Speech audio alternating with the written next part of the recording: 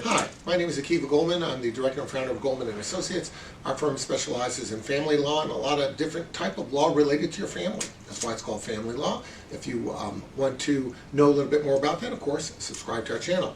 Today we're spending a little bit of time, because it's seasonally appropriate, to talk about what to expect if a person gets a DUI. In the holiday season, as we find ourselves now, there's often opportunity at parties and other venues to drink. You can drink all you want. You can drink yourself blind. You can't get drunk and go behind the wheel. That's the problem, okay? So if you're stopped by the police because you, I don't know, been swerving or speeding or any reason at all, you may be stopped and they're going to ask you, have you been drinking?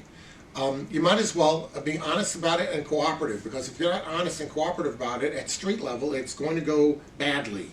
Ultimately, when this case starts out, if you are charged with drunk driving, there will be a time when your attorney, yourself, the prosecutor, the officer in charge, and ultimately the judge are going to have a meeting. It may be called a pretrial or settlement conference. They call it different things in different places, but there's going to be a meeting, and there's going to be an attempt to resolve that case in a way that saves you attorney fees for a trial that you don't need, that perhaps keeps you out of jail.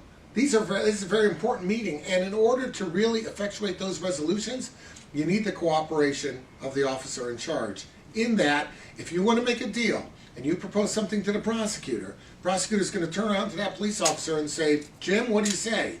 And if he looks at his records and sees that you were very cooperative at the scene, he'll say, whatever you want to say is fine with me. Whatever you want to do is fine with me. If he looks at his notes and he sees that you were a horrible, miserable person and that you were fighting and resisting arrest and doing all sorts of things at the scene, he's going to say, I don't want to give this guy any breaks. If he says that, you've created a harder job for your attorney, you basically forced your own case to go to trial, and you've just cost yourself probably an extra $10,000 in attorney fees because of what that trial is going to cost. So let's not be mouthy or uncooperative with the police at the scene. Treat them with respect and dignity. If they find that you technically violated the law because your breathalyzer results are above the legal limit, handle it gracefully. Cooperate with them. Ask them what your next step is. They're going to be very cooperative with you if you're cooperative with them. Remember, in most things in life, good stuff in, good stuff out. Garbage in, garbage out. Okay? You give them a bunch of garbage, they're going to give you a bunch of garbage, okay? So remember that what you get from them is going to be very similar to your output, and keep that in mind if this should happen. Now, ultimately, it's, even a low-level drunk driving is a misdemeanor offense. And then that means it's technically jailable from 0 days in jail. It could be up to 93 days in jail. It could be enhanced to 180 days in jail. It just depends.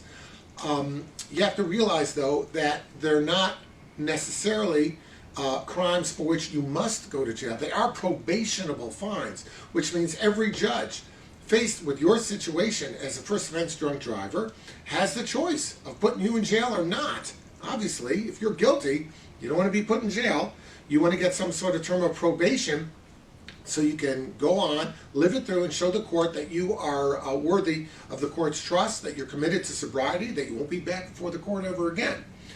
Now, drunk driving is the kind of thing where the court, it used to be that it was on your record forever. There have been movements away from that draconian result, but the truth of the matter is, if you get convicted of drunk driving, it's still a lot of Secretary of State points. It's still going to be very expensive in the long run for your insurance, so you got to keep that in mind. There are a lot of details. If you have any questions about that, reach out, and of course, we'll be glad to help you out.